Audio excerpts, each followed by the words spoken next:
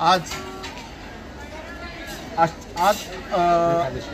आषाढी एकादशी निमित्त आम्ही प्रतिवर्षाप्रमाणे दरवर्षी आम्ही आदिमाया आदिशक्ती आणि भवानी मंदिर या परिसरात भाविकांना पांडुरंगाला दर्शन घेऊन जो भाविक तुळजाभवानीचं दर्शन घेतो आणि बाहेर पडतो त्या भाविकांना आम्ही आज शाबू खिचडी व फळाचं वाटप केलं आहे।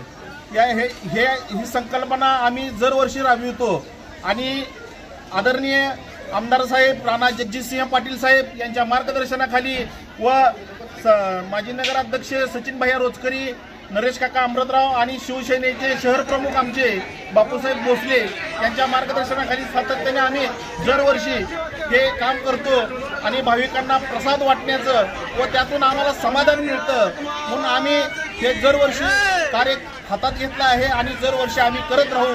आणि आषाढी एकादशीच्या सर्व भाविकांना व नागरिकांना मनपूर्वक शुभेच्छा। मी औदुंबर कदम माजी नगरसेवक व नगरसेविका हेमा औदुंबर कदम यांच्या वतीने हे कार्य आम्ही सातत्याने पुढे चालू ठेवू।